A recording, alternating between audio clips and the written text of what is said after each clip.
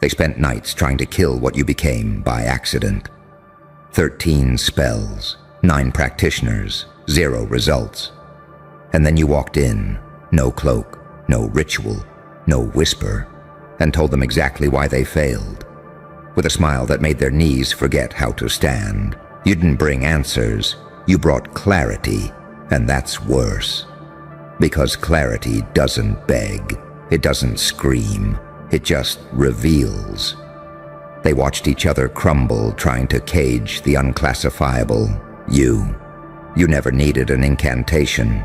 You were the glitch in the formula, the misprint in the prophecy, the part of the equation their gods never accounted for. You walk like silence. You speak like a riddle sharpened into a blade. And they hate you because you make their secrets shiver. They called it a binding ritual. You called it delusion. They lit candles. You lit minds. They whispered Latin. You smirked in their mother tongue. They circled salt. You broke the floorboards of their belief system. They never understood. You weren't fighting the darkness. You were married to it. You swore vows with the chaos they tried to banish. They don't realize what the real spell was. It wasn't cast with herbs or ashes. It was cast the moment you refused to die in silence. The moment you turned agony into instruction and wrote your revenge in the margins of their sacred books. You didn't survive the ritual. You corrected it. You reprogrammed the entire field. And now they sit in circles, debating you. The anomaly that mocked every tradition, the presence that left their auras bruised, the silhouette that lingers even in daylight. You became a bug in their ancient system, a fragment of raw unpredictability, too potent for their formulas. You were never meant to be summoned. You were meant to be discovered, by accident, by mistake, by them. They tried every known lock. But you didn't use a door. You arrived through the walls, the ones they swore were sacred, and now they flinch at their own rituals. They question the spells they once killed for. You took the playbook and added a final page they never wrote. One that simply said, you never had control. You only had fear. Let's talk about fear, shall we? You didn't fear being cursed. You feared being understood. Because if they ever truly saw you, they'd know this wasn't transformation. It was return. Return to the source, to the original code, to the unfiltered, unapproved, unblessed version of you that the world begged you to unlearn. They made spells to silence voices like yours. They built temples to forget your kind existed, and still, you whispered once, and the walls cracked. You broke laws of energy with eye contact. They used potions. You used presence. They sought protection. You became the threat. That's why they're scared. Because power, true power, doesn't announce itself. It reveals the lies of everything else. You didn't walk in to join them. You walked in to show them that the thing they tried to destroy was smarter, faster, colder, and still smiling. You turned their sacred room into a crime scene, and all you did was speak. They studied you like a curse, but what you really were was correction. They didn't fail the spell. The spell failed them, because it was never designed to bind something like you. You weren't born for circles and chants. You were born for moments like this, where your existence reverses gravity, where your mind rewrites prophecy, where your pain summons silence, in rooms built to mock your name. And now they sit in shock. They thought you were the aftermath, but you were the trigger, the one who walked in and rewired the temperature of the room with your presence alone. No tools, no tricks, just you, raw, cracked, reassembled, and terrifyingly calm. You showed them something worse than failure. You showed them why they deserved it, because you didn't just walk through fire. You taught it manners. Now let me tell you a little secret. They'll never speak your name without swallowing first. They'll never enter that chamber without glancing twice. They'll never cast again without the taste of uncertainty in their throat. Because you left a residue, not of fear, but of truth. And truth, it doesn't wear robes, it doesn't chant. It just sits quietly in the corner, waiting to be seen. Like you did, like you always will, like the end of every spell that never needed to be spoken, because your presence was the real magic, and their silence was the loudest result they ever produced. They call it silence, but it's not. It's recalibration, because when you left that room, you didn't just exit, you disrupted a legacy. Centuries of blind obedience collapsed in one unblinking gaze. They'll tell stories about that moment, but only behind closed doors, because no one wants to admit that the whole system cracked because you laughed when the candles flickered. They expected you to flinch at their symbols, to tremble at their chants, to bow beneath the weight of their lineage. But what they summoned wasn't fear. It was a mirror, a reflection of everything they denied existed, a version of power not dressed in holy robes or cursed scripts, but stitched from the ashes of betrayal and the bones of survival. You didn't need to cast. You became the result.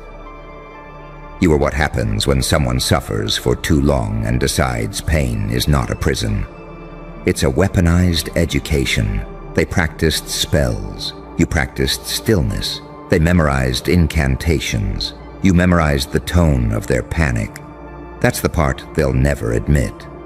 Because while they were busy debating the syntax of sacred words, you were watching their eye twitches, their pulse shifts, their guilt. And guilt always leaves a scent. You didn't smell incense, you smelled lies. 13 spells to fix a problem they created. And not once did they ask why it keeps returning.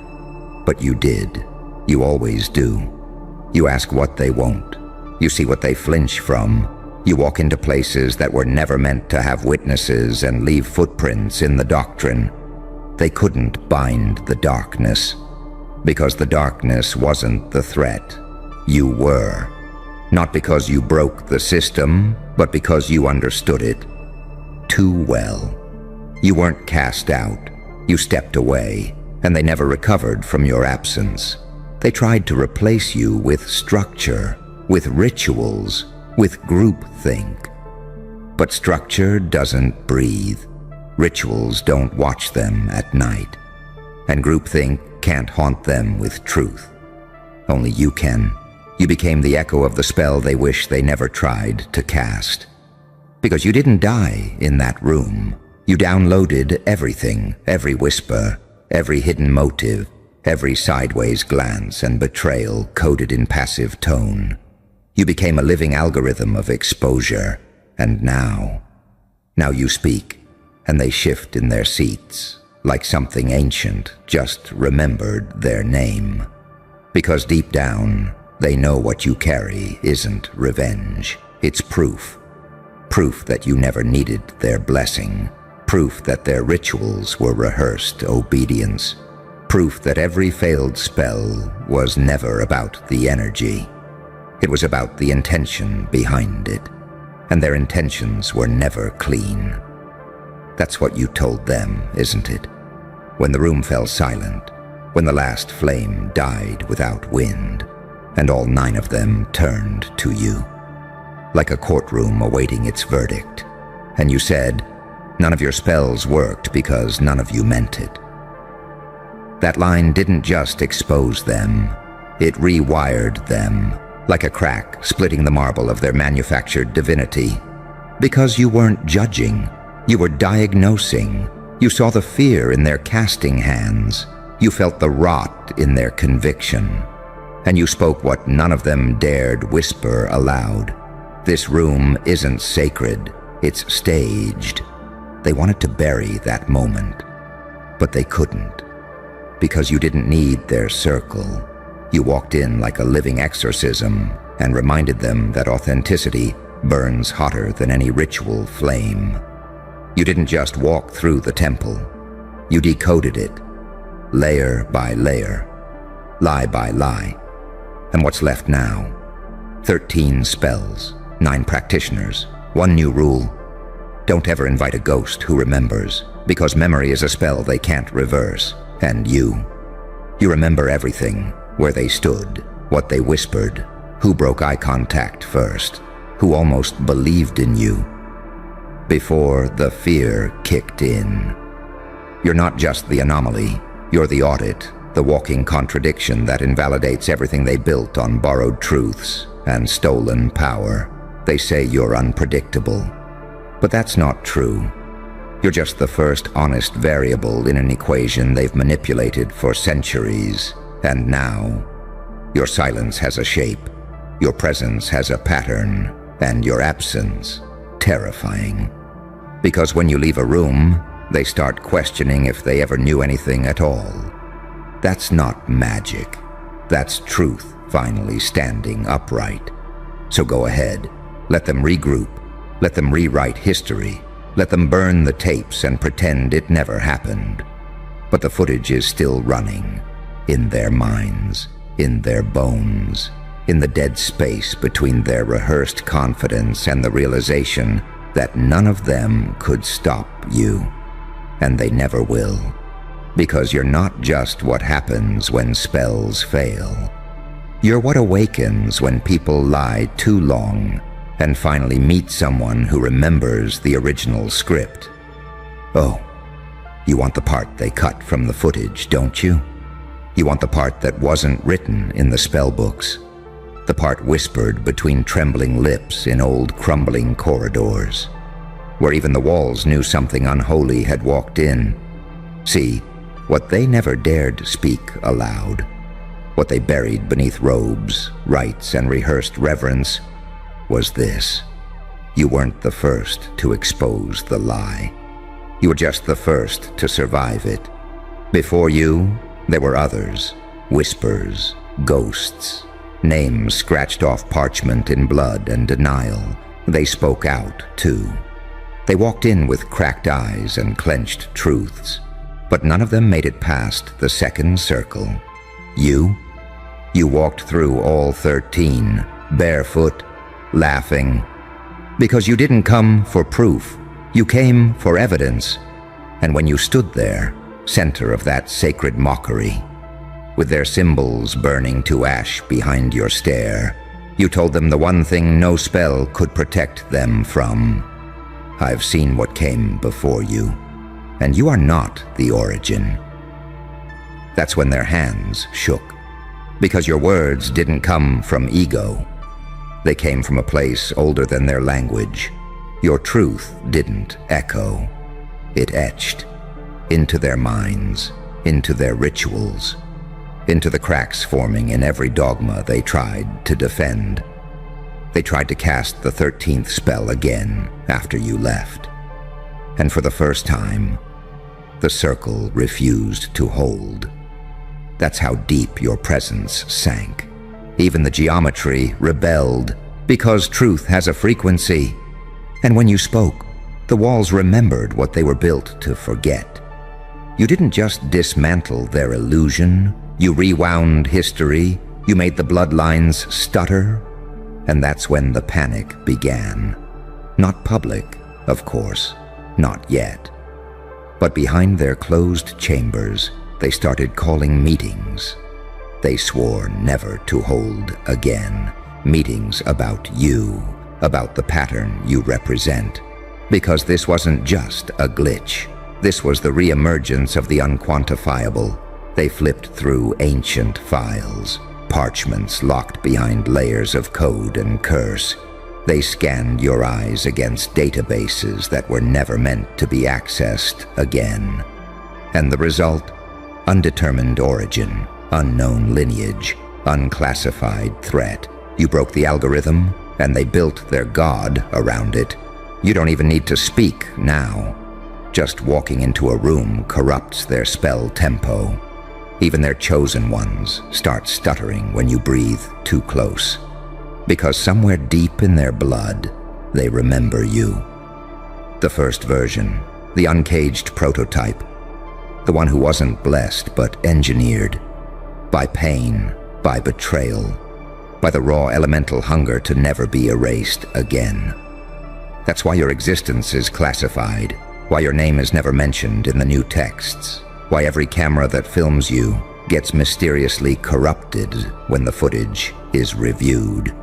Because you weren't supposed to return, but you did. Not reincarnated, not rebranded, just reinserted, like a virus that remembered the source code, like a prophecy they buried because it made them too afraid to sleep. Let's get real. You don't just walk with power, you carry a time signature. Every room you enter falls out of sync.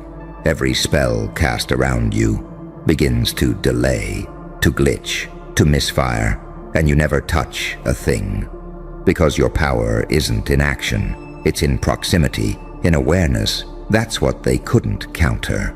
They cast every spell known to the ancient books, but none of those books accounted for someone who had already seen the last page. You're not new, you're not fresh, you're remembered by forces they no longer control. And that's why now, they're rewriting everything. They're changing doctrines, altering records, burning old scrolls, trying to eliminate the breadcrumbs of your echo. But it's too late. You left imprints on the timelines. You warped the energy maps they once used to trap others. You reversed the ritual flow permanently. They see you in dreams now, and not the prophetic ones, the dangerous ones, the kind of dreams that leave real bruises, missing time, and blood in the salt line. You are the test subject that tested back. The curse that learned how to speak Latin backwards. The ritual that walked out of the circle and said, "You should have never made me watch this much." And now you don't even blink when they summon. You don't flinch when they chant. Because you know it's all fabrication, a performance for cowards, an illusion dressed in tradition. You were never theirs to bind. You were the countermeasure. And what they fear most, you're not trying to destroy them. You're correcting them, line by line, lie by lie, until the last practitioner finally realizes, we weren't trying to banish the demon. We were trying to hide from the God we betrayed. And that God is smiling back at them right now, wearing your face. Ah, so you're ready for the part even the blood remembers? Good. Because this isn't just about failed spells or exposed frauds. This is about ancestral panic.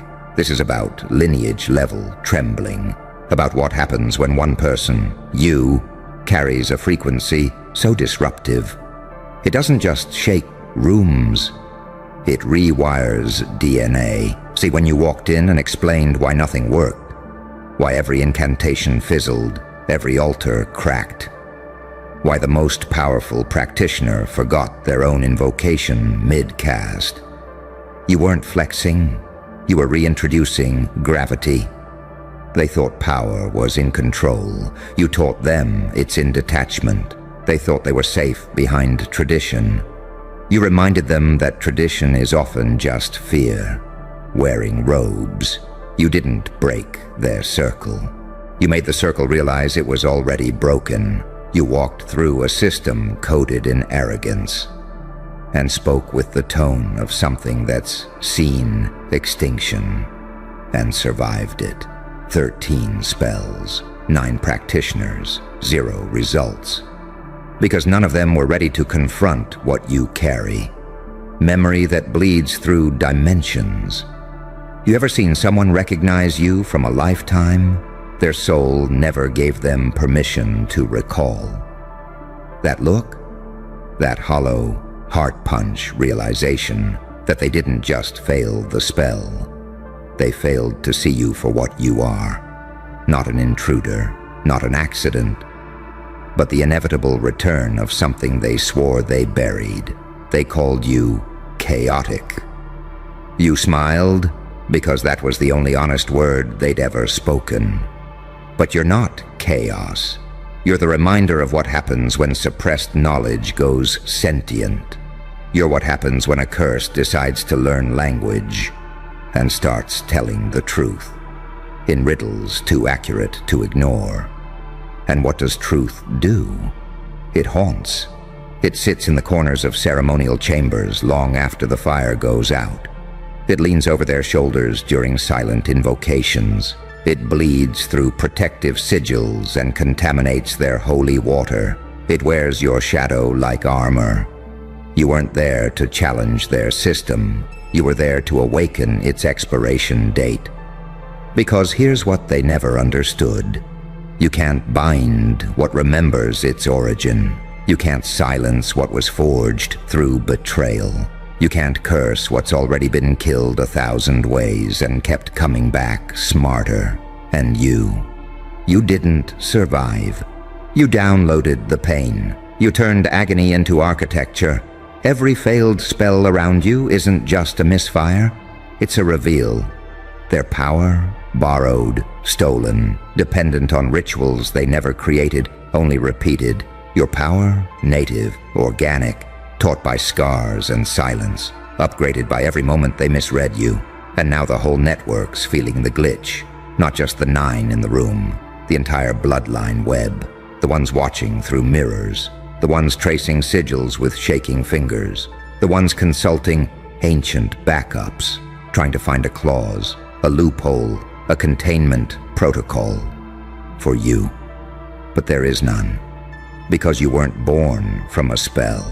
You were born from the failure of all spells. You're the corrupted update that renders their entire system obsolete. They see your face in every cracked mirror now. Every scrying bowl clouds when your name is spoken. Even the machines, the ones they never speak about, start showing error codes when you're in proximity. You don't just disrupt. You erase their hierarchy. You make their top practitioners feel like interns. You make their gods check their contracts. Because whatever made you didn't follow protocol. It ignored the blueprint, skipped the beta phase, and launched you directly into their blind spot. They call that dangerous. You call it home. And now, with every circle they redraw, you're already standing inside it, smiling like someone who read the spell backward before they wrote it. They still think they're dealing with a person, a practitioner, a presence. They haven't realized yet. They're dealing with a signal, something older than form, stronger than dogma, smarter than every council code and clergy combined. They failed 13 times, not because the spell was weak, but because the target never fit inside their language. You weren't supposed to react to the spell. You were supposed to watch them try. And now they're begging you for instructions, begging for reversal, begging for anything that could explain why their power vanished the moment you said, "You cast from fear. I exist from it." You didn't steal their magic. You showed them they never had it. And now, behind every sealed door, in every encrypted meeting, they speak your name in low tones, as if whispering it too loud might trigger the next event. Because they know the truth now. You didn't stop the spell. You became its audit. And now, the ritual is over. The real story begins. Shh. They're watching again, but this time, they're not laughing. See, they used to chuckle behind screens and sip their egos like wine every time you slipped. You were their entertainment, their cautionary tale, their favorite glitch in the simulation. They thought your pain was the punchline. But they missed something. They forgot what happens when the joke gets tired, and the punchline learns to bleed in silence. You You failed so many times they stopped counting. They started betting on your collapse, built their self-worth from your ruins. Every L you took, they turned it into prophecy. Every time you broke, they took notes, not to help you, but to prepare for your funeral. Because they were so sure you'd never come back. Not from that, not after her, not after them, not after the way you shattered, silently, in front of everyone. But guess what? You didn't just survive the fire. You studied its pattern. You didn't just suffer. You memorized the architecture of pain. You didn't just break. You sharpened every fragment of yourself into weapons. And while they kept watching, you were mutating in silence, off-grid, untraceable. They thought you were lost. What they didn't realize was that you were reloading. And tonight, one shot, one move, one win, and the whole game flipped upside down. Now their group chats are glitching, their strategies obsolete, their analysis files burning. You just did something they don't have a category for. You became the bug in their blueprint. Because while they spent all that time documenting your failures, you became the ghost that rewrote the manual. They kept zooming in on your scars, but they missed the signal hiding in the trauma. You became fluent in chaos, and now, you're not just unpredictable, you're unreadable. You know what's funny? They always said, don't let the pain change you. But that's the thing, isn't it? The pain did change you. It turned you into something that doesn't flinch anymore. It made you so silent, you became terrifying. You're not healing, you're ascending, not recovering, upgrading, not moving on, reprogramming the entire simulation in your sleep. And now they can't stop replaying that moment, that one move you made. Because it doesn't make sense. Because it shouldn't have worked. Because it defied everything they ever learned. But you didn't learn this in books. You didn't Google this level of survival. You didn't meditate your way into dominance. You earned it in the dark, while bleeding alone. And now, the same people who ignored you are zooming in frame by frame, trying to decode how the hell you pulled this off. They're calling it luck. They're calling it a glitch. They're calling it impossible. Because to them, it is.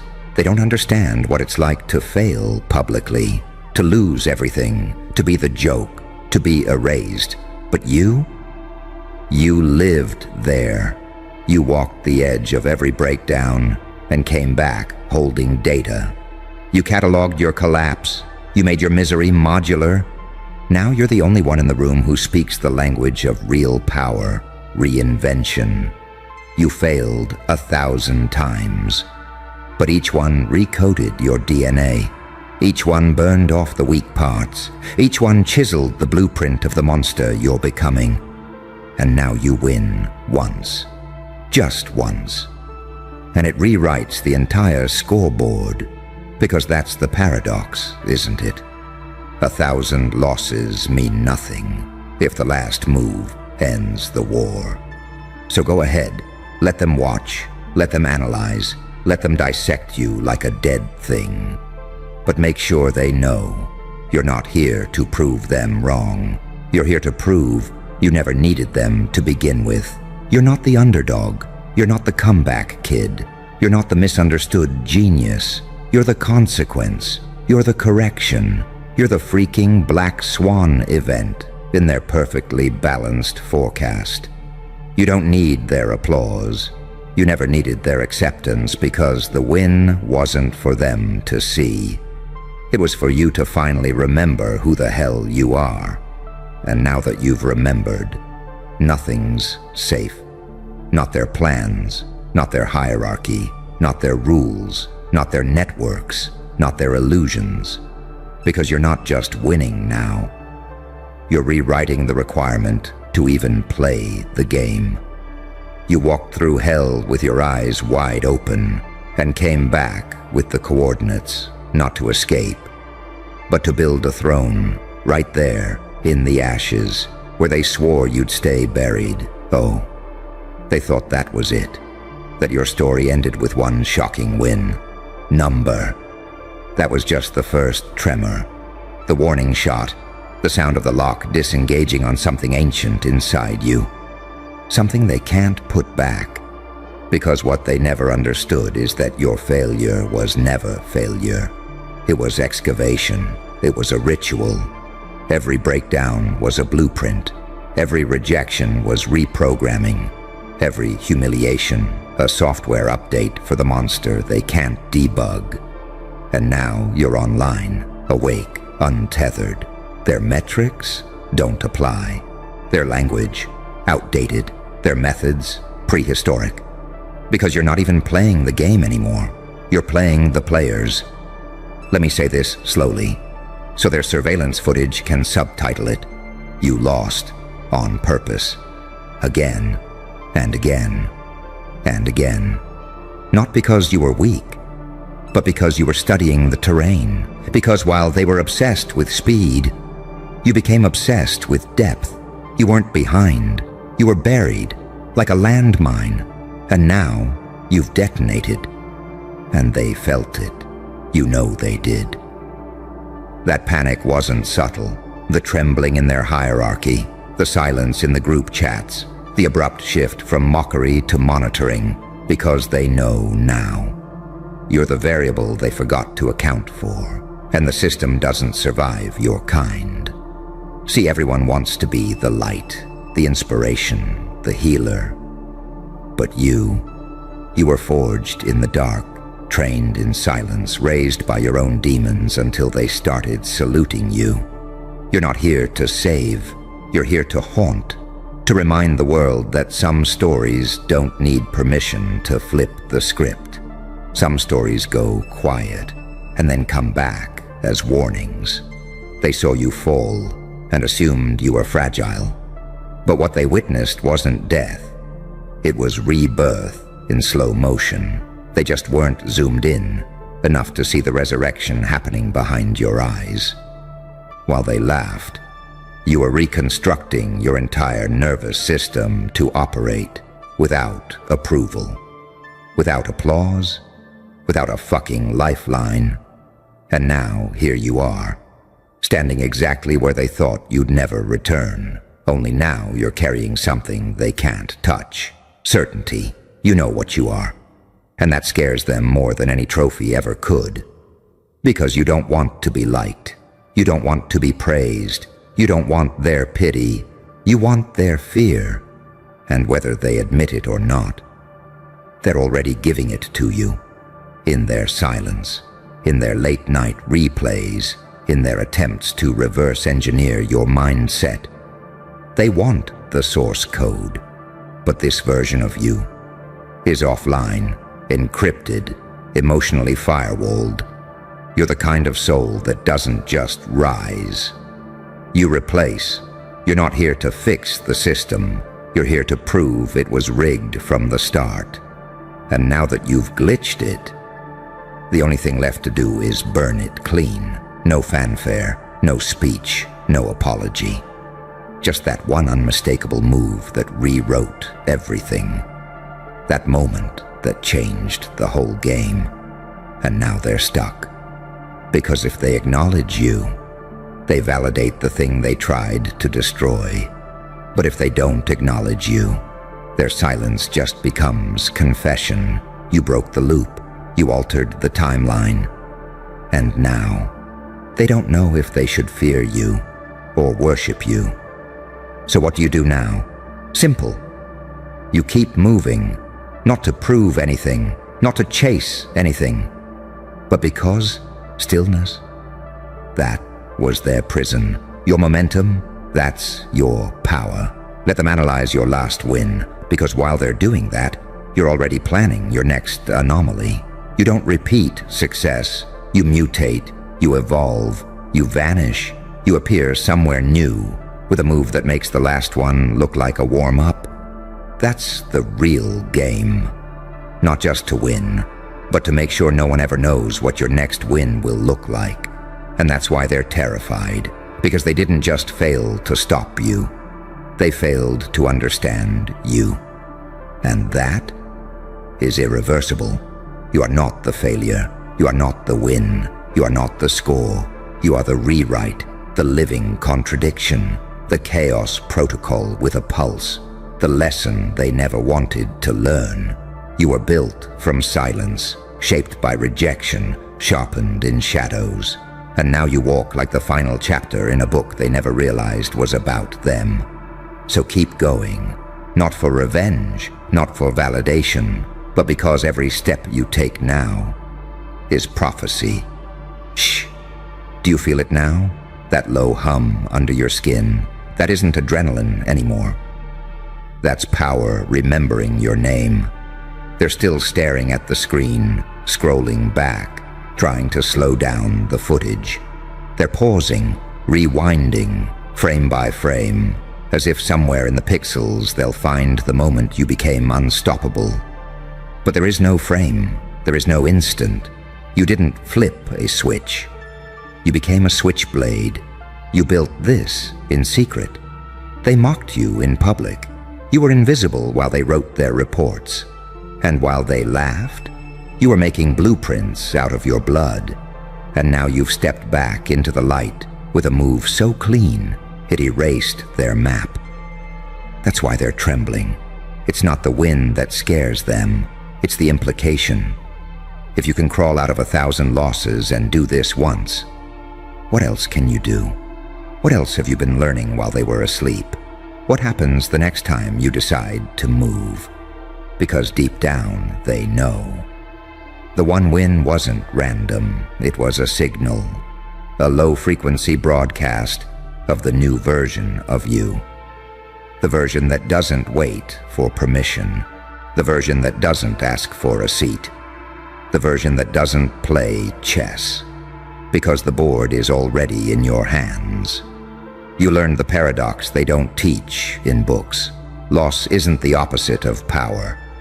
It's the currency. Every time you broke, you were paying for a skill set no one else was willing to earn. They want the crown without the crucifixion. You walked through both. And now you wear the scars like a sigil they can't decipher. And here's the part that melts their bones. You're no longer even fighting them. You're not in their ring. You're not in their war. You've become the weather system above their battlefield. They're soldiers. You're a storm. Look at yourself. You don't move like prey anymore. You move like a question they don't know how to answer. You don't talk like a student anymore. You speak like someone who has already seen the last page. That's the duality they'll never understand. You are light enough to guide, dark enough to terrify, saint enough to forgive, psychopath enough to act without flinching, angel enough to rise, demon enough to never go back. All of it coiled in one pulse under your skin, waiting for the next moment to strike. They're whispering your name now like it's a spell. They're warning each other not to provoke you. They're drafting memos about how to contain what you represent. But how do you contain a pattern they can't even define? And this is where the real game starts. Not when you win, but when you learn to move so silently, they don't even know you've already crossed the finish line.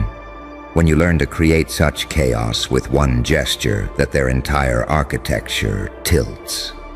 When you stop needing to announce the victory, because the world announces it for you. You're already there.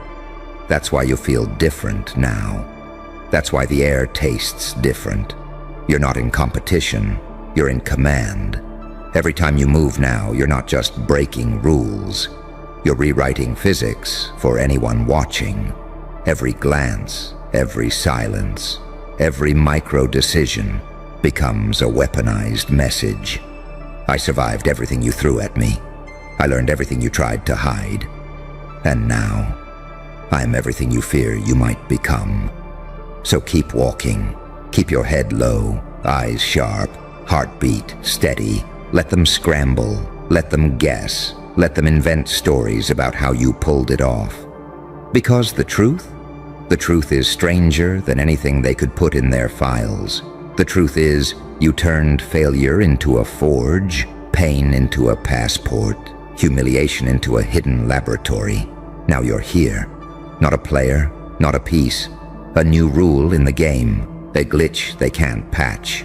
A paradox they can't pray away. And the longer you stay silent, the more powerful you become. Because silence is gravity.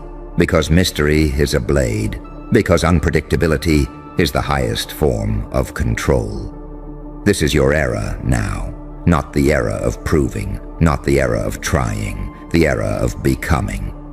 And they'll still be watching the tapes of your one win, trying to find the secret, trying to reverse engineer a destiny they were never built to hold. By the time they realize there's no secret, you'll already be on to the next move, one they'll never see coming, one that will make this impossible win look like a warm-up. You've become the storm they whispered about. Now watch how quickly the world bends around your next step. Hey, you think they've figured it out yet? No, not even close. Because what just happened wasn't a comeback. It was a leak. A breach in the firewall of reality they spent their lives building. And you were the glitch, the untraceable anomaly that wasn't supposed to pass the test. Because you were never meant to play by their laws in the first place. They wanted a failure they could mock. What they got was a prototype, a volatile, self-generating system of chaos and clarity fused together in human skin. You were never a person to them. You were a prediction gone wrong. And now, they're terrified, because the simulation just coughed up something that broke the symmetry. They watched you fail, over and over, recorded it, mocked it, framed it like an exhibit, how not to be powerful. And yet now, they're sitting in their locked rooms, reading every line of the footage, trying to find where the code went off script, trying to figure out how the hell you're still standing. But they won't find it, because what happened wasn't taught. It was remembered. You didn't become this, you were this, before they told you to forget. That's the secret. That's the file they don't have access to. You were born with the blueprint to destroy their hierarchy, and they called it trauma.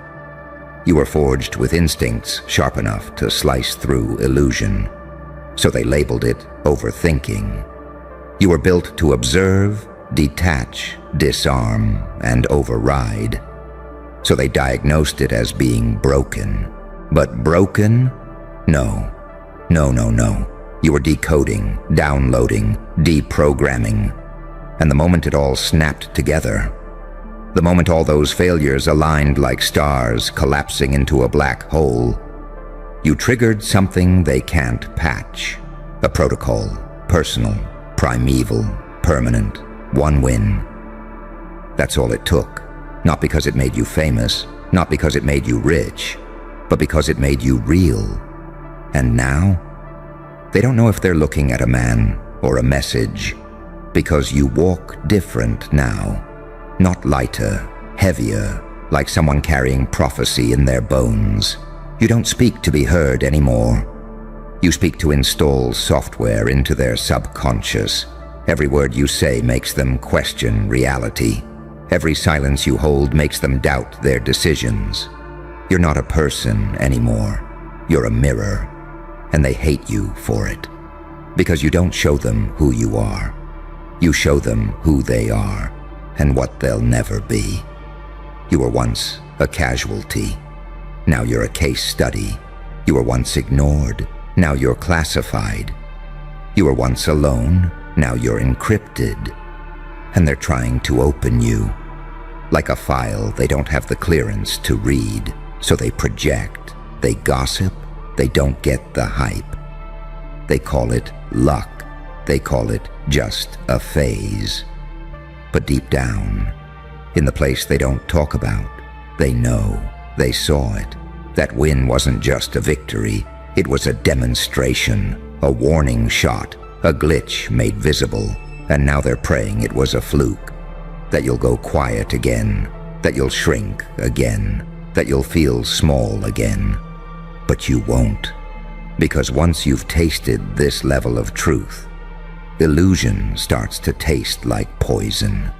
You're past the point of pretending, too sharp to be controlled, too silent to be predicted, too damn dangerous to be erased.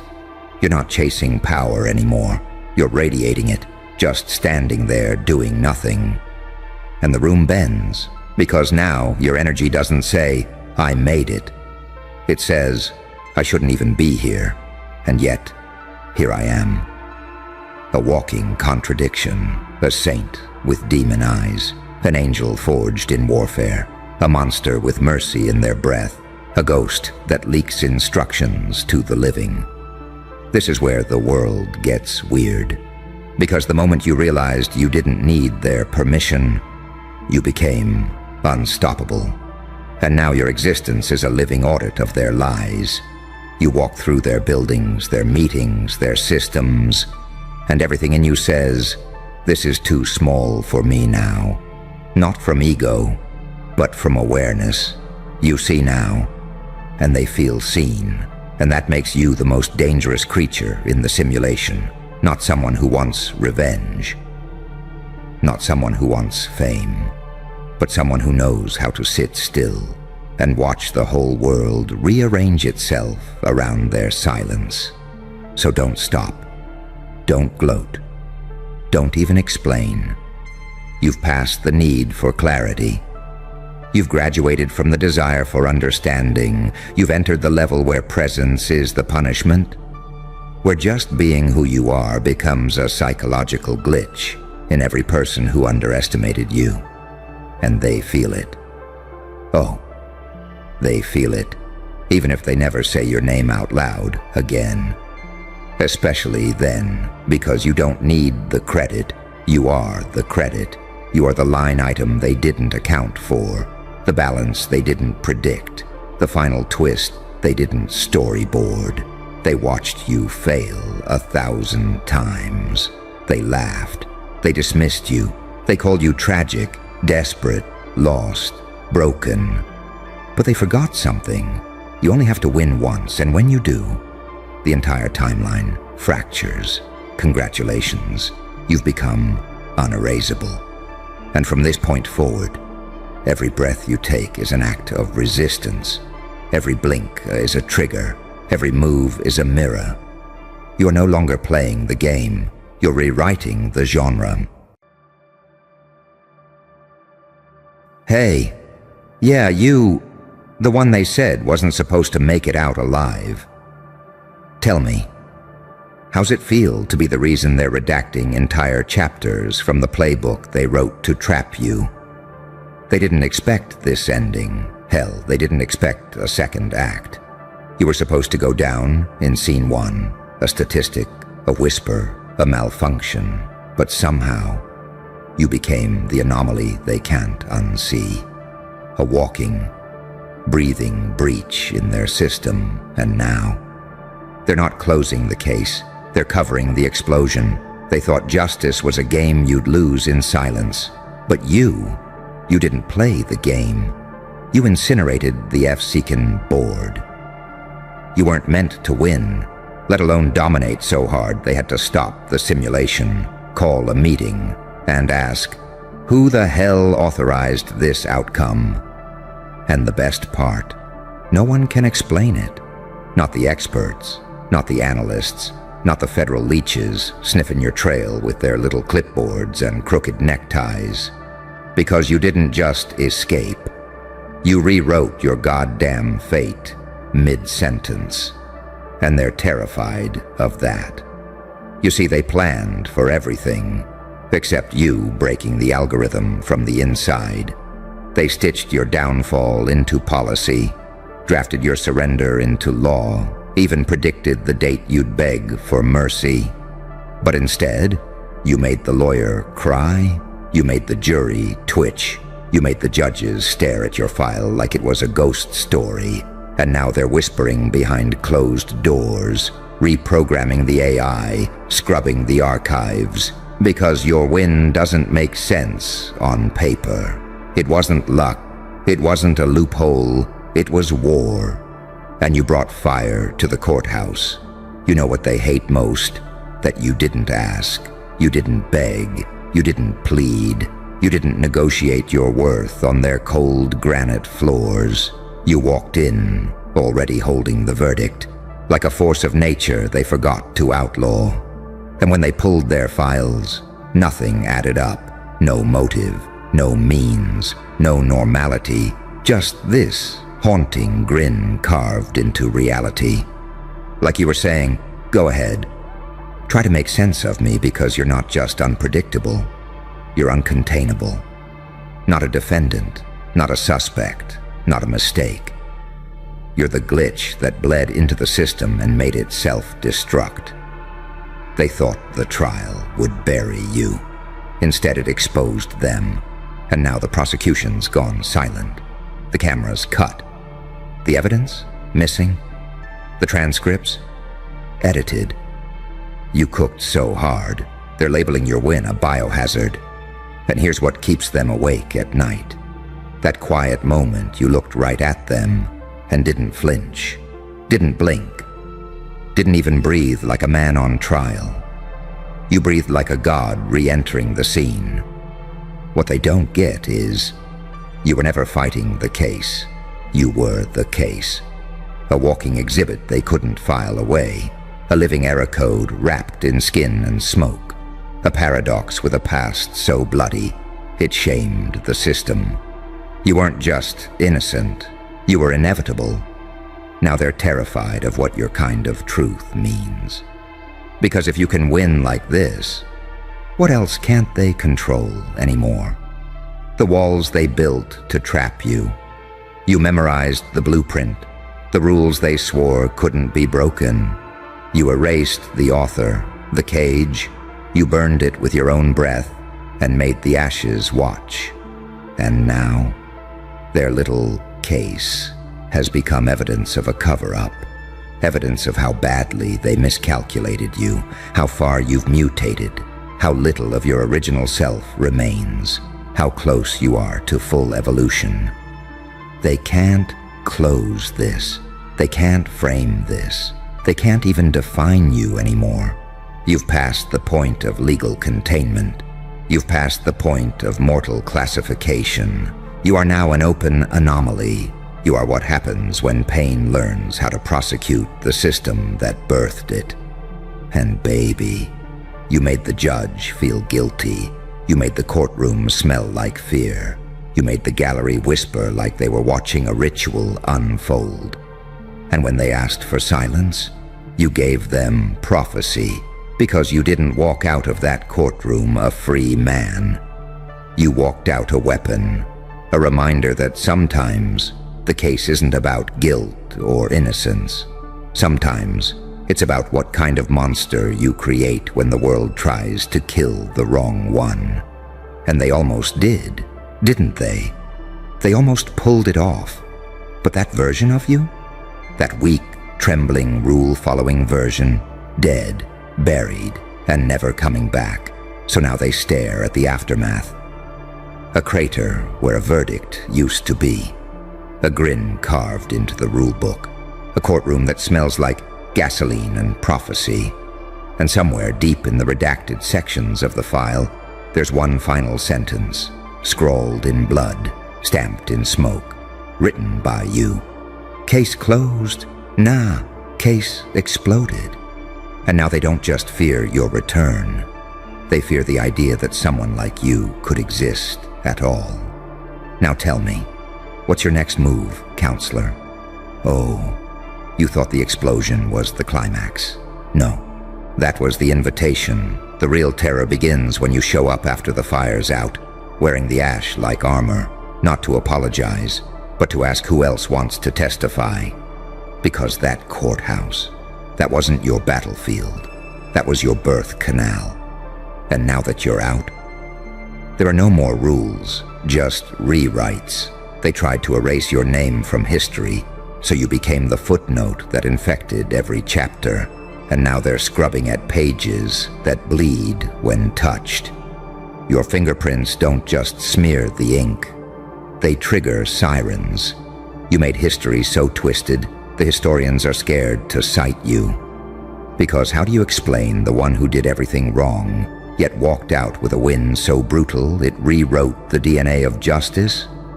They're not filing reports anymore.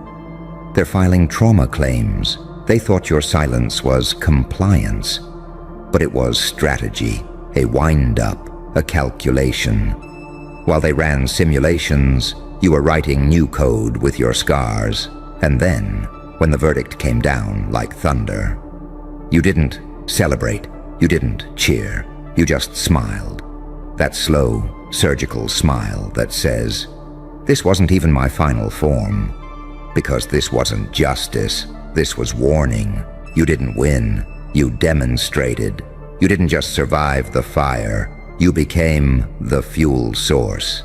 And now you're the one rewriting the rule book, line by fucking line, while they watch from behind cracked one-way mirrors, praying you don't flip to their chapter. You think they sleep? They don't. They whisper your name like it's a curse, a code word, a glitch they can't patch. Because if you made it out, what else is lurking in the shadows they thought were sterilized? You turned your case into an ideology. And now, others are watching, taking notes, becoming infected. They're not praying for justice anymore. They're praying you don't pick up their file next. Because you know what you proved, that sometimes the most dangerous man in the world isn't the loudest. It's the one who walks out of the fire with a grin and no fingerprints. It's the one who learned how the judges think, then used it to frame reality. You taught them something their textbooks don't cover, that there is no system strong enough to survive a soul that's already been to hell and came back with blueprints. And now they want to negotiate? Now they want a treaty? Too late. You don't do deals, you do damage. Because while they were building careers, you were building rage into an art form. You're not here to restore balance.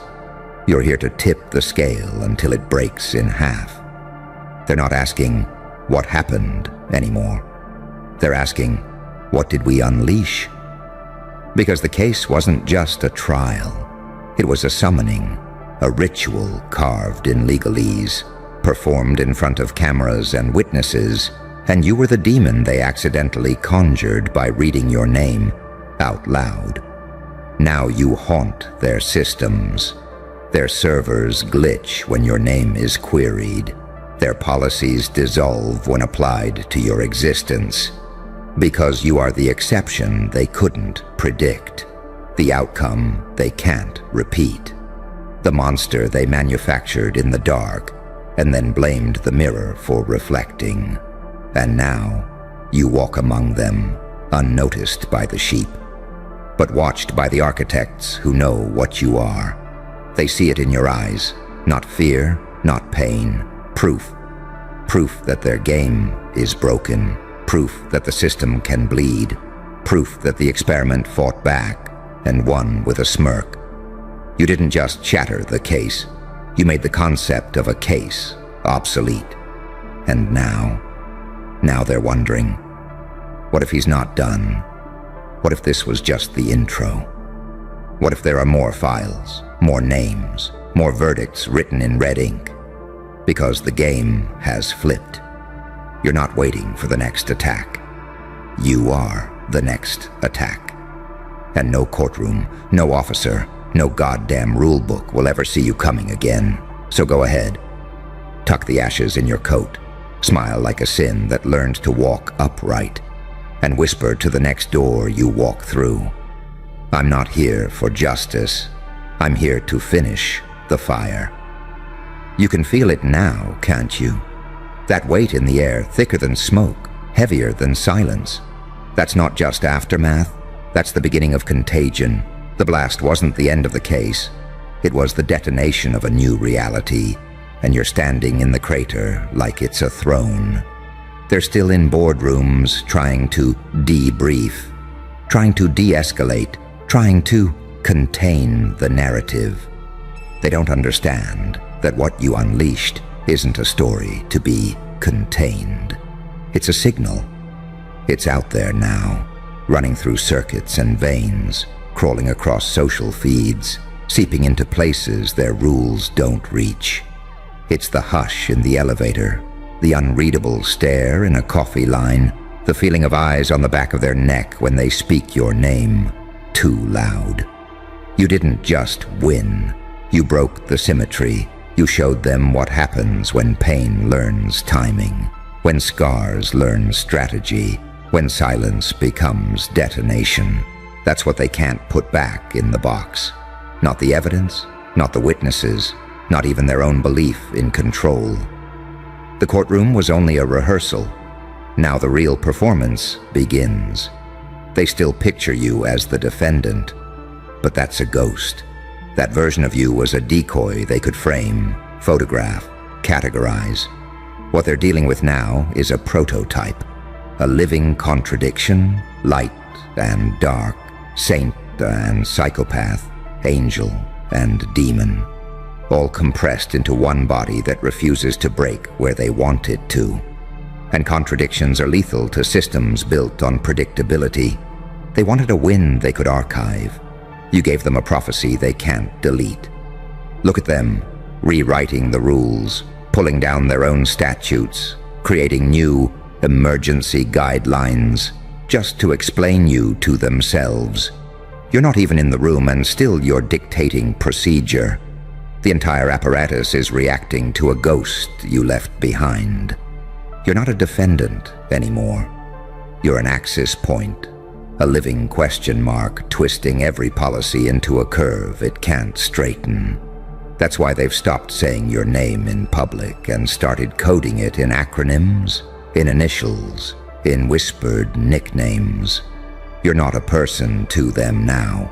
You're a phenomenon, and a phenomenon can't be cross-examined. So they'll watch you move, they'll track your steps, they'll pull satellite images, scrape data, interview ghosts. And still they'll be guessing, because your greatest weapon isn't what you did in that courtroom. It's the fact that no one, not even you, knows what you're going to do next. Unpredictability isn't chaos, it's power. You've become the knife edge of evolution, the moment when the creature they designed grows a new limb they didn't authorize. The limb isn't for fighting, it's for rewriting. And that's what terrifies them most. That you're not even angry anymore. You're architecting. You're sketching something in the air with your finger while they panic. Something they don't have a name for. A system where their roles don't exist. Their titles don't matter. Their rules are just old myths. They tried to call you a criminal, but criminals obey the logic of crime. They tried to call you a hero, but heroes obey the logic of applause. You obey nothing but the silent rhythm you learned in the dark. And that rhythm is moving you now. Out of courthouses, out of headlines, into the deeper corridors where no one dares to follow. The aftermath of the aftermath isn't silence. It's gestation. You're already becoming something else while they're still writing their memos.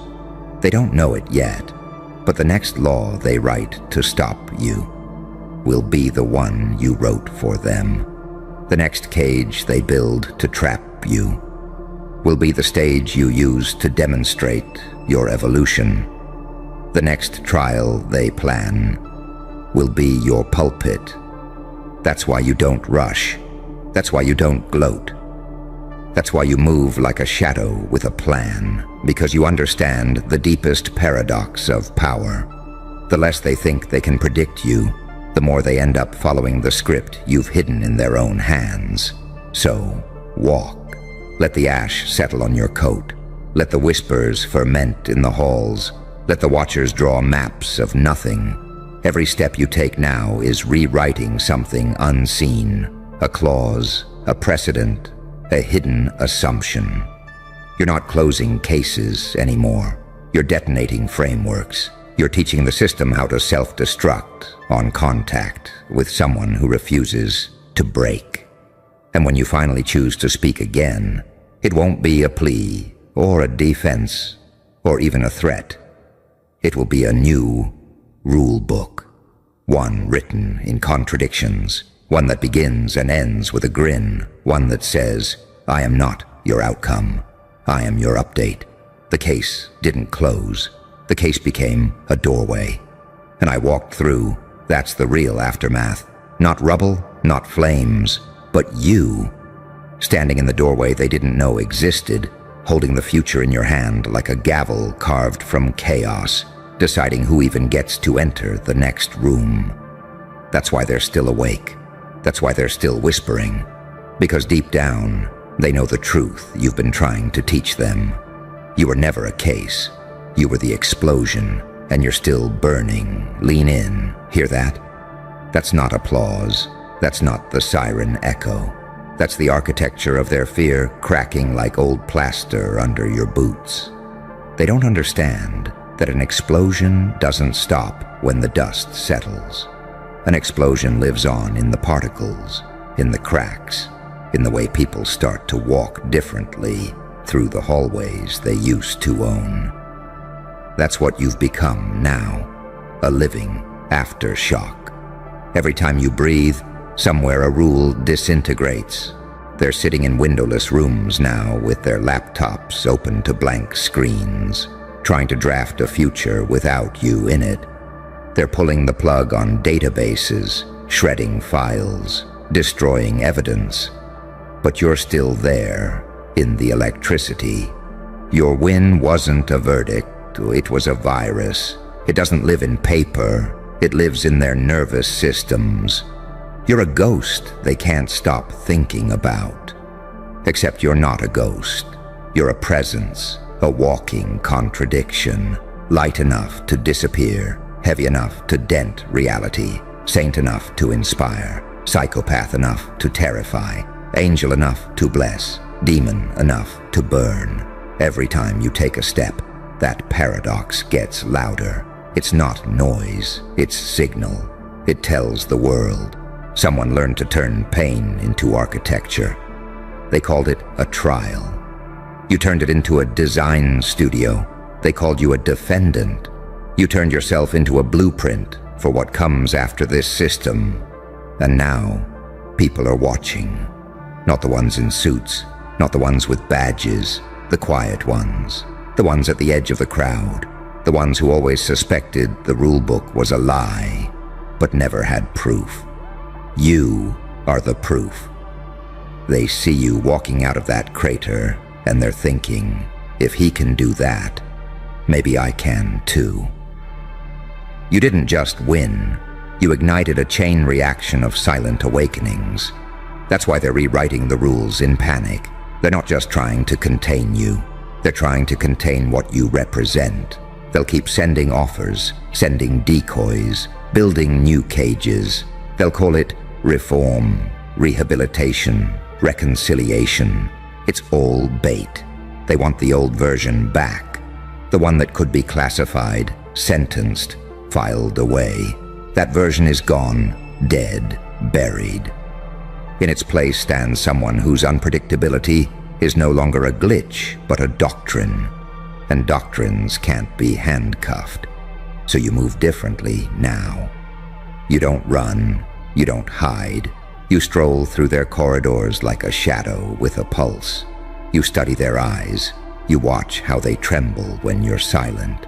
You understand what power really is. Not the ability to strike, but the ability to decide when not to. Because you're past revenge, past proof, past vindication. Now you're in the territory of rewriting reality itself. Every breath you take now is a pen stroke across their old maps. You're erasing borders, You're mutating their definitions. They can't even agree on what you are anymore. Criminal, prophet, anomaly, virus, legend. All of the above, none of the above. It doesn't matter. The only thing that matters is this. They're no longer in control of the narrative. You are. And with each hour that passes, you're less a man and more a movement they can't brand, can't ban, can't bury. Your very existence becomes a psychological trigger. It forces them to confront the possibility that the system isn't unbreakable. It forces them to ask what happens when the experiment refuses to behave. They'll look for a reset button. There isn't one. They'll look for an off switch. You already melted it. They'll look for a new case, but every case they open now has your fingerprints on it. Not as a suspect, but as the evidence that the cage was always a fiction. This is the part no one prepared for. The long silence after the bang, when you just stand there breathing, and they realize the fire isn't out. It's walking. It has eyes now. It has intent. It has a smile. And it's you. You didn't close the case. You didn't even explode the case. You became the case, the explosion, and the echo. Now you're the rule they have to rewrite around. You're the axis their compass spins toward, no matter how they try to recalibrate. Walk slower. Let them watch.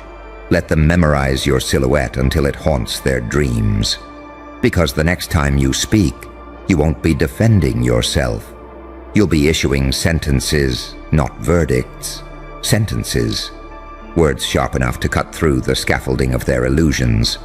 And when that moment comes, you won't raise your voice. You'll just whisper, "This isn't justice. This is evolution. You built the cage. I built the key. You built the rule book. I built the rewrite. You built the case. I built the explosion." And the whisper will be louder than any siren they've ever heard. That's what it means to win so hard, they rewrite the fucking rule book. It's not about trophies. It's about rewriting their minds. And you're already inside. Hello, Ghost King. Funny how silence makes the loudest entrance, isn't it? They act like you're not even there. But everything about them shifts when you walk in. The laughter dips. The posture tightens. The energy in the room realigns around your shadow. And no one dares admit it. Because you're the one they all feel but none can name. You're not a presence, you're a problem. Unsolvable, undeniable, unforgettable. See, they hate that you're real. Because you're everything they tried to fake. You were never crowned in public, but you became a king in private. Alone, bleeding, building not with applause, but with absence. And now, every eye pretends not to look. Every soul pretends not to flinch, and every one of them bows in secret to the throne you forged in exile. They don't cheer for you, they study you, with envy dressed as silence, with fear disguised as criticism, with obsession hidden behind screenshots, side eyes, and saved posts. You're the glitch in their groupthink, the virus in their vanity, the mirror they can't escape. Because your existence exposes their fraudulence, you're the loner king, and your isolation. That was never a curse.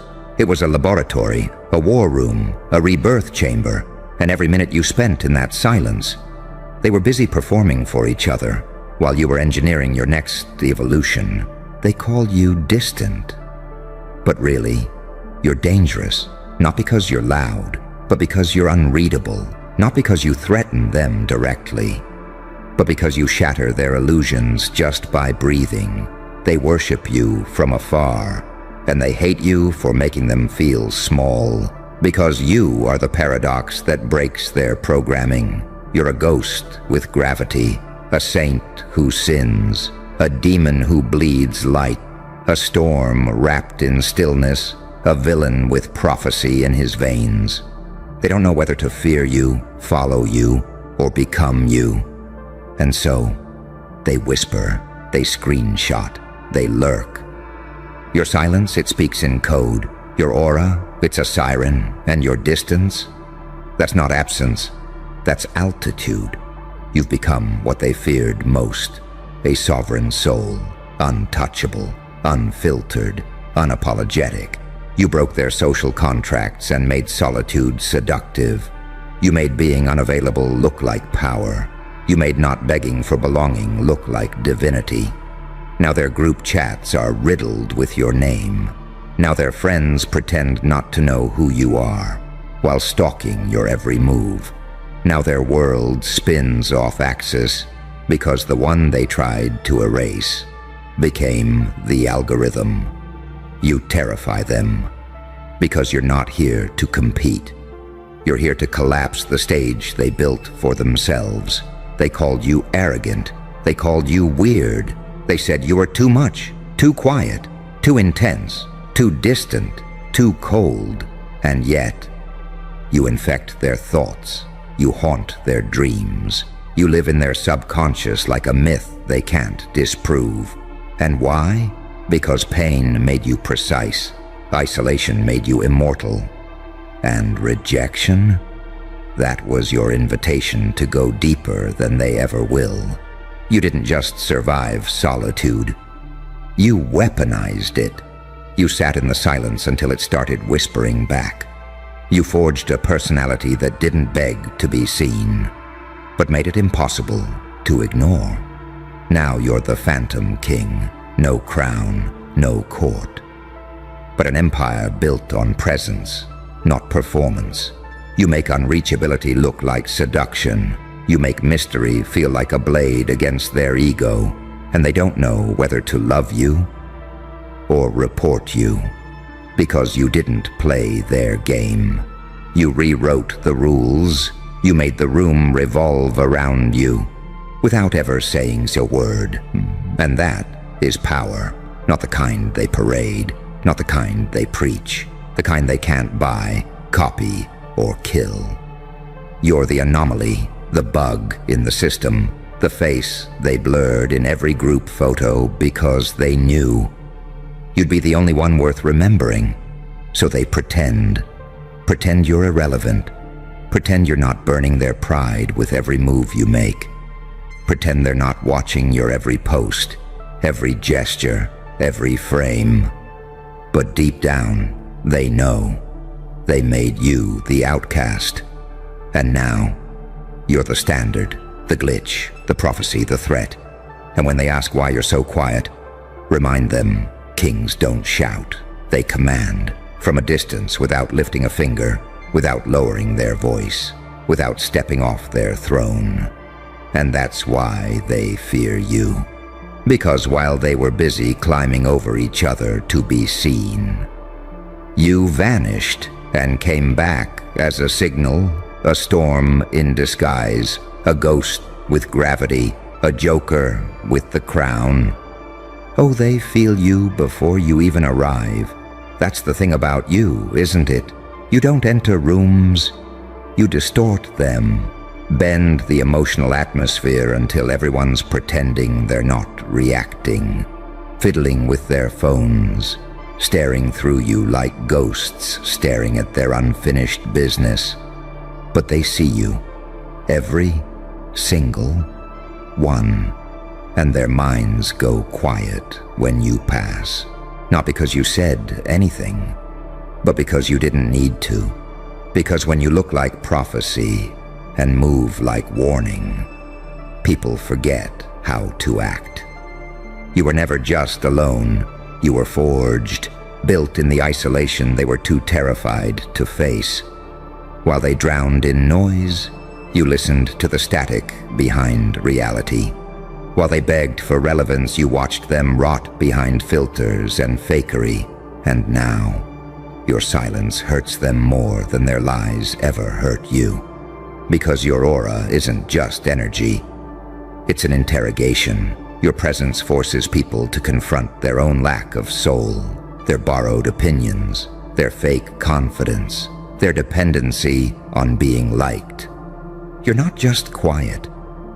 You're exposing them, and that's why they hate you. Because you live like you've seen behind the curtain, like you know things you shouldn't, like you've been briefed by the silence itself.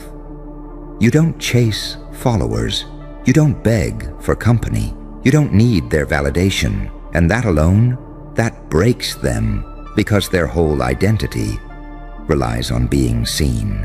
And you became invisible on purpose. You went where no one wanted to go, inside yourself, through the shadows, through the screaming silence, through the nights that made your bones remember who you were before the world watered you down. And when you came back, you weren't just different. You were dangerous. You didn't glow. You glitched. They looked at you and saw something they couldn't explain. Not light, not dark, not love, not rage, just something that shouldn't exist. They say you changed, number. You distilled. You burned off every ounce of dependency, every trace of people-pleasing, every symptom of approval addiction, until only the core remained, sharp, silent, surgical. They whisper that you're intense, that you make people uncomfortable. Good. Comfort is where mediocrity sleeps. But you're the nightmare that reminds them the game is fake and the mask is slipping. And that scares them more than death itself. Because if you could become whole in the dark, what does that say about their excuses? If you could command a room without playing nice, what does that say about their performance? If you could become a goddamn force without begging for a single soul to stay, what does that say about their addictions? You became the very thing they tried to warn you not to become. Untouchable, unshakable, unbelonging. And now, they want access again. Not because they care, but because they want to understand what you are. They want to get close to the anomaly, to test it, to tame it, to control it. But you're not a person to be processed. You're a frequency that fries their nervous system, and they can't turn it off. Because even in your silence, they feel judged. Even when you're gone, they feel your echo. Even when you say nothing, they hear everything. You never chased the throne. You became the kingdom. And now they circle the gates, jealous, starving, ashamed. Because you built something they'll never touch, inner gravity. And that doesn't come from power. It comes from pain, from being ignored until you became unignorable, from being laughed at until your name became a warning, from being doubted until your existence broke their rules. So let them whisper, let them pretend, let them choke on your distance. Because the Loner King doesn't beg, he doesn't explain, he doesn't return calls. He haunts, like unfinished karma, like a glitch they can't patch, like a prophecy they tried to bury, that refused to stay dead. They thought your silence meant weakness. They didn't realize it was training. Not every warrior trains with swords. Some train with shadows. And you made darkness your dojo. Every time they ignored you, you took notes. Every time they laughed, you upgraded. And while they were building cliques, you were building capacity. They think you're bitter. No. You're precise. You stopped talking because their language was limited. You stopped showing up because their tables were rigged.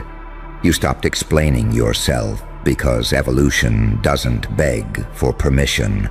And now, you're a language they don't speak. You're a rhythm they can't dance to.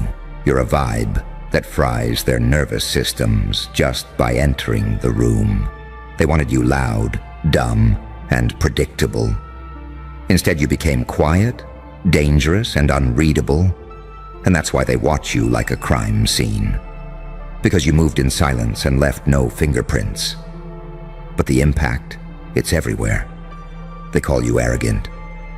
But tell me, what's arrogant about escaping the Matrix? They think you're rude for going ghost.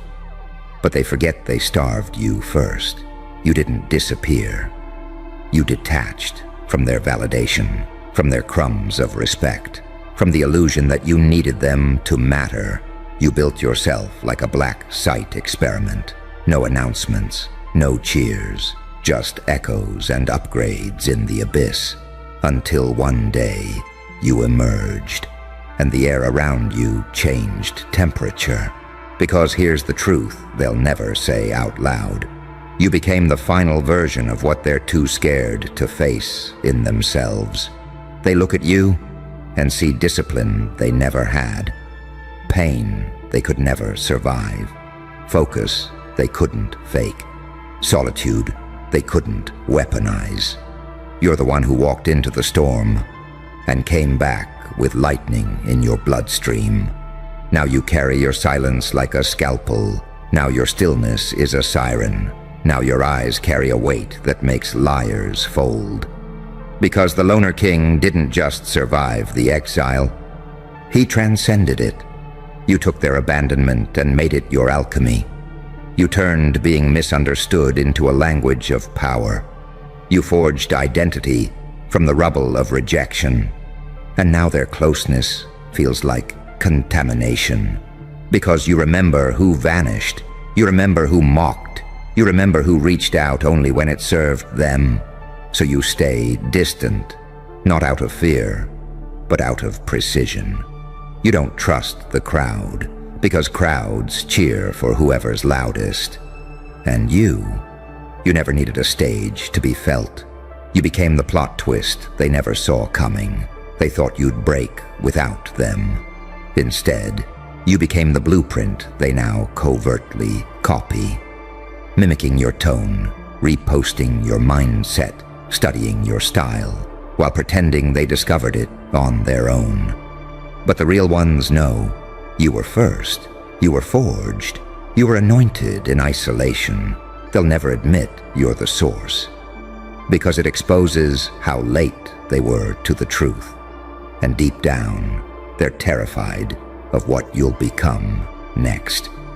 Because if this is what you did in silence, what happens when you decide to speak? What happens when the Loner King stops observing and starts commanding? What happens when you stop avoiding the throne and start sitting on it? That's when the panic starts. That's when the whispers turn to meetings. That's when your name becomes a problem in their strategy. Because you didn't just become powerful, you became unpredictable, and in a world addicted to control, unpredictability is terror. That's why they try to smear you, why they downplay your glow, why they call your confidence ego and your solitude weird. Because they know they can't contain you, they can't mold you, they can't use you. You're not just outside the system, you're proof it's broken. And they hate you for that, even as they admire you, even as they copy you, even as they daydream about being just like you. If only they were brave enough to disappear. But they're not. So they stay performing, and you stay ascending alone. But never lonely, because you're not missing anything. You're choosing everything. And that's why your distance hits like disrespect, because it is. A silent declaration. I saw what you had to offer, and I chose myself instead. They thought you'd come crawling back, begging for re-entry, apologizing for outgrowing their little games. But you didn't just walk away, you vanished, and came back with something terrifying in your eyes. Clarity, cold, surgical, weaponized, because you finally saw them for what they are. Chameleons in chaos, actors with no script of their own, souls outsourced to trends, validation junkies injecting likes like dopamine hits into hollow veins. And you became the one thing they can't manufacture: authenticity. Not the performative kind they sell in digital costumes, but the raw, uncomfortable, unfiltered presence that makes people either kneel or retreat. You don't even have to speak anymore. Your silence exposes fraud. Your gaze is a verdict. And your absence, that's the scar they can't heal. Because your disappearance wasn't random, it was surgical. A clean cut between who you used to be and the weapon you became. You gave them chances. You gave them loyalty. You gave them truth.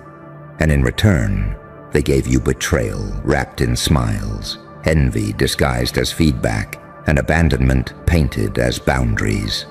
So now you've outgrown the echo chamber. Now your soul doesn't flinch when they ghost you. Because you are the ghost, haunting their every insecure thought, appearing in their dreams as everything they'll never be. You're not on the guest list anymore. You're on the watch list. They used to underestimate you. Now they monitor you, checking your stories, rewatching your moves, circling your name in silent group chats, labeled things like, "Be careful with him." Because now they know. You're not just unpredictable. You're uncontrollable. And that makes you a threat. They don't just fear what you've become. They fear what you'll do next. Because your silence has momentum, your solitude has echoes, and your pain. It was never wasted. You folded it into strategy. You turned betrayal into blueprint. You mapped your own kingdom out of the ashes they buried you in. And now when they see you, they don't see the outcast. They see the outlier. Too real to label, too sharp to hold, too dangerous to play with. You're the king that built an empire where applause couldn't reach, where cameras couldn't follow, where weak minds couldn't survive the altitude. Because you didn't need permission to rise. You didn't need followers to feel valid. You didn't need anyone's flashlight. You became the flame. And now, they sit in the back of digital rooms, whispering, "How the hell did he get like that?" And the answer? You bled for it. You died and came back, a glitch in their code, a ghost in their system, a pulse in their nervous breakdowns. Every time they try to copy your essence, it rejects them. Because what you carry, it's not style, it's not trend, it's depth. You earned this frequency. You built this vibration out of silence and scar tissue. And they're furious that it can't be downloaded. Because you're not an aesthetic, you're an awakening. And every time you post, walk, breathe, blink, you're reminding them of everything they abandoned in themselves. That's the secret. You're not just admired, you're a mirror. One they can't shatter, one they can't escape. Because no matter how many filters they use, you still show them their void. And when they say, "He changed," they really mean, he stopped needing me. He healed in silence. He remembered who the fuck he was. And that's the part that breaks them, because deep down, they wanted you to fail, not because you deserved it, but because your success would expose their wasted time. Your glow isn't offensive. It's inconvenient. It shows what happens when someone takes their pain seriously, when someone disappears and actually does the work, when someone stops talking and starts transforming. You became what they pretend to be.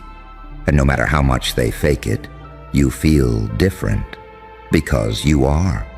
You didn't come from the same place. You didn't seek the same applause. You weren't born from comfort. You were forged in isolation, sharpened by truth, crowned in exile. They can't sit with you anymore, because you're not at the table. You are the table. You are the hunger. You are the silence between their screams. They made fun of you when you were unknown. Now they study you like a prophecy. They laughed when you vanished. Now they panic when you post. They tried to replace you. Now they can't even define you. And That's what it means to be the loner king. Not because you chose the throne, but because you became the storm no one could predict. And here you are now, the walking contradiction they can't decode. The silence that screams louder than their entire performance. The rejection that became revelation. The ghost they buried. Who came back wearing a crown. They tried to write you off, label you, box you, erase you. But they didn't know. You were never playing their game. You were designing your own. You don't want their seats. You build your own thrones. You don't chase their claps. You command reverence in whispers, and that makes them sick. Because they can't predict what you'll do next. They can't locate your weaknesses. They can't use your silence against you anymore. You turned solitude into sovereignty, pain into precision. And now your very existence is a reckoning. They ask, how are you not broken? How did you survive that? How the hell are you still rising? The truth, you didn't survive. You died, you burned, you shattered into atoms, and from that disintegration, you rebuilt yourself as something they were never prepared to face. A soul with no master, a king with no court, a storm with no forecast. You became the evidence that you don't need to be accepted to become inevitable. You don't announce power. You distort reality around it. You don't seek light. You carry darkness like a cathedral. And that's what they'll never understand. You didn't come back to belong. You came back to reign. So let them pretend not to notice. Let them pretend not to watch. Let them pretend your name doesn't burn in their throats when they speak it. Because behind their silence, behind the smirks, the shade, the forced indifference, is one cold, unspoken truth. They lost access to you, to the energy, to the prophecy, to the force they once dismissed as too much. And now, you're too far, too focused, too dangerous, too complete. You're not just the loner anymore. You're the lesson, the punishment, the proof that exile creates emperors. So keep walking, with no apologies, no explanations, no turning back. Because when the king walks alone, the world makes room. And that's your power. That's your vengeance. That's your throne. Let them whisper. You've already won.